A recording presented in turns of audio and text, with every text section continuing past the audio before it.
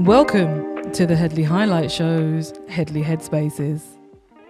The Headspaces are a series of thoughts and musings I have during the course of the week, and I chew all over them and I bring them to you.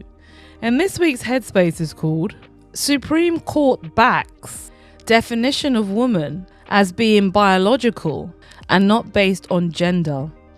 What does this actually mean? And why is it important? Today, which is the 16th of April, judges at the Supreme Court in the UK ruled that a woman is defined by biological sex under the Equalities Law. And that distinction is very important. This ruling only applies to the 2010 Equalities Act. I forgot to tell you before I jump into it. I forgot to tell you that I wanted to thank everybody for being a subscriber. Yes, people, I've hit 1,000. Can you believe it? I've actually got over 1,000 subscribers. If you want to be the 1,000th and 53rd, please do jump over to my YouTube channel, which is called DeniseHeadley.com. Or you can visit my website, which is also called DeniseHeadley.com, where you can make a donation. I am partial to wings and chips and Miranda, or oxtail, or saltfish, or patties, or rice and peas with chicken and callaloo, or fish from my local Caribbean shop, along with salad, cake, and a drink, of course. You can also come to my show every Friday, and it's live on X at 3 p.m. GMT. Oh no, actually it's 3 p.m. Eastern Time, 8 p.m. GMT. Get it right, D. Right, so let me just jump back to the topic at hand. So the UK Supreme Court has ruled unanimously that a woman is defined by biological sex under the Equalities Law. What today's ruling actually did is that it clarified that the term woman and sex in the Equalities Act refers exclusively to biological sex, not sex assigned by, for argument's sake, a gender recognition certificate. Now, the Equalities Act 2010 covers a number of things, and for argument's sake, one of the things that it covers is spaces and single-sex spaces, employment policies, public board representation, legal claims, and healthcare provision and policy. And the implications of the Act are that those areas of government policy that the Equalities Act covers, for argument's sake, single-sex spaces in prisons, in medical provision, these are all government-provided spaces.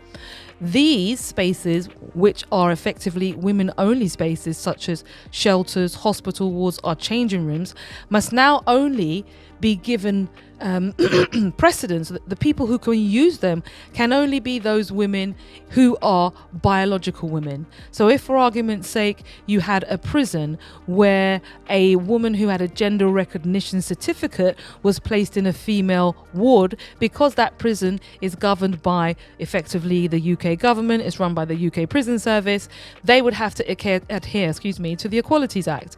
And now you wouldn't have a circumstance like that. You wouldn't have a woman who has, for argument's sake, a gender recognition certificate being allowed into a female-only space, such as a prison, such as a female-only ward, such as a maternity space. That now is effectively a biological woman-only space, and that's what the ruling, has clarified.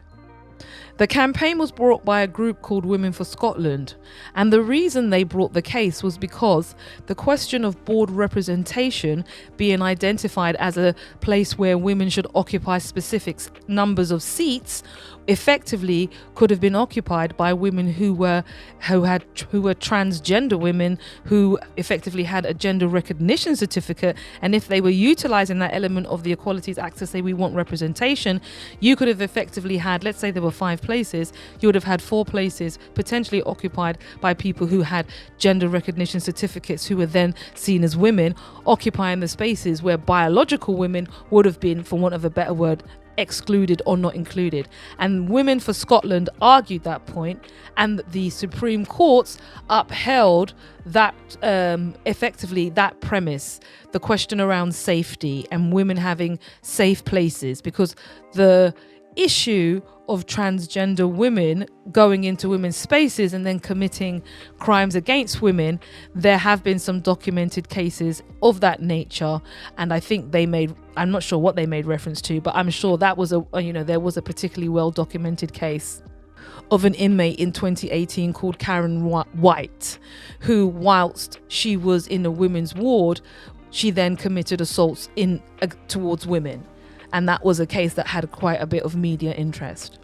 The Scottish government, who was effectively the opponent against Women for Scotland, argued that women who were not biological women were entitled to the same protections as women who were biological women, but the Supreme Court disagreed with them and effectively said that's not the case, because transgender communities have protections under other elements of the law, but they couldn't take advantage of this because it effectively said that a woman is defined by her biology.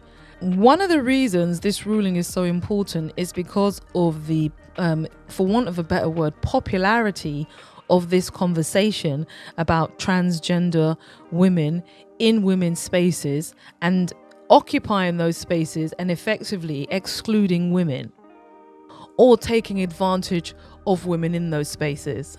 This debate has become very topical, and the question of people in political positions being asked to define womanhood has been many a gotcha moment in the press.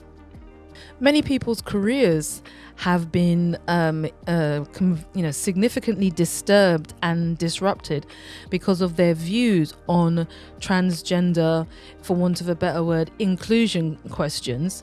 And the way in which this debate is often framed in a very competitive way. So transgender women, or women who have moved, who are not biological women, as defined by now the Supreme Court ruling, are often pitted against women who are biological women, arguing for certain things. And I think one of the reasons that this debate has, or not this debate, but this ruling is so important is because I think that this effectively denuders that conversation in many ways, because the question around biological sex has now been affirmed in law, and as a consequence of that, it's going to have ramifications for many things. And those things are not just going to be the things that the Equalities Act has a remit for, such as public policy, such as the way in which employers operate within providing public services on behalf of the government, the state, that sort of thing, but also culturally, because I think the cultural conversation around transgender rights, transgender representation, women's representation has become very it's become very adversarial, and it's also become very competitive. And I think the important thing now is that conversation needs to be reframed, and it's not about, okay, well, you've lost and we've won. I think it's more a case of there has been a rebalance of the question around the question of, the conversation around equality. And I think the conversation around equality has effectively been very much diluted.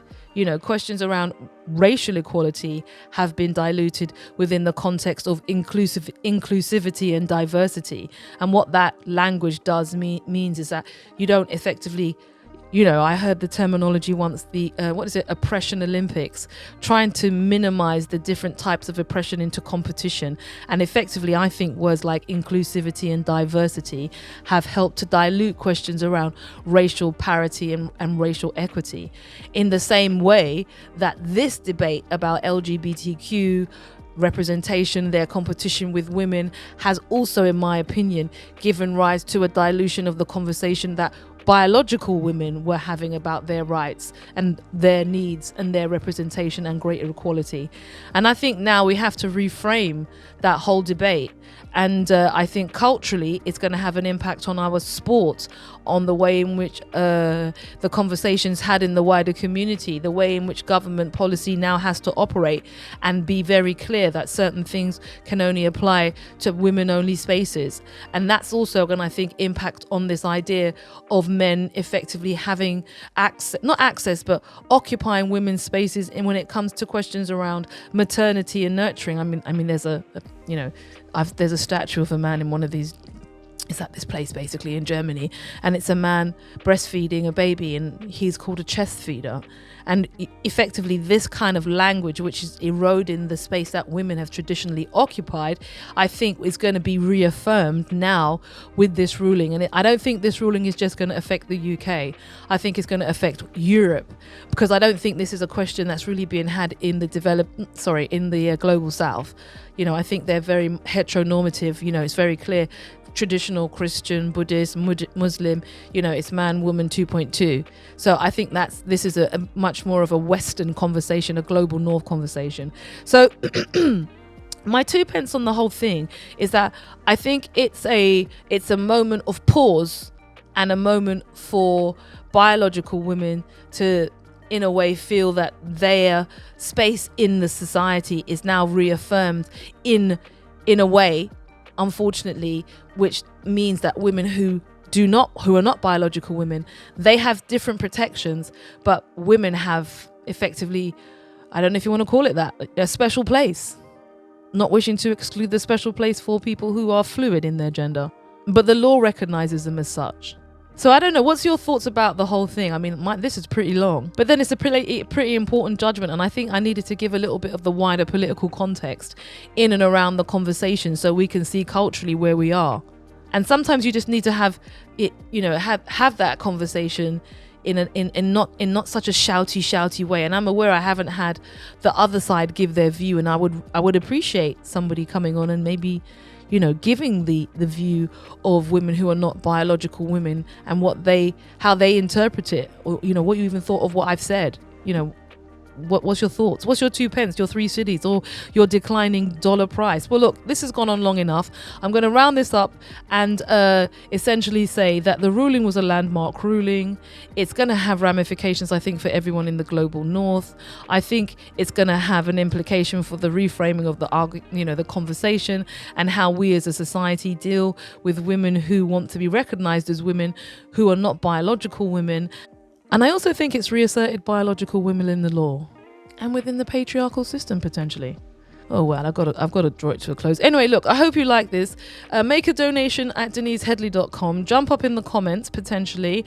Go to my YouTube and be the 1,112th person. That would be fabulous. But do please come back next week. And thank you for listening. And cut!